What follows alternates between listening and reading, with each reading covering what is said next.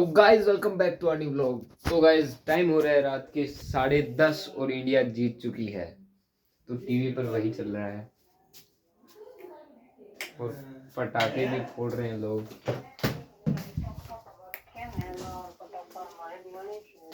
ये देखो नील चाचा का डोला। मेरे डोले तो कुछ है नहीं, तो नील चाचा के देखो फटने को हो रखी है टी शर्ट।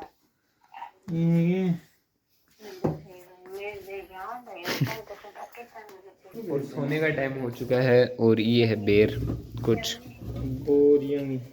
पल्म्स, कुछ ऐसा सा नाम होता है इनका। एक ककड़ी है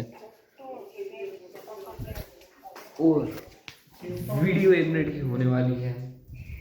तो पहले ऊपर का माहौल देखते हैं, कुछ पटाखे वगैरह फोड़ रहा है कि नहीं। पटाखे बाहर बिल्कुल नहीं फूट रहे, इसलिए नीचे चलते हैं।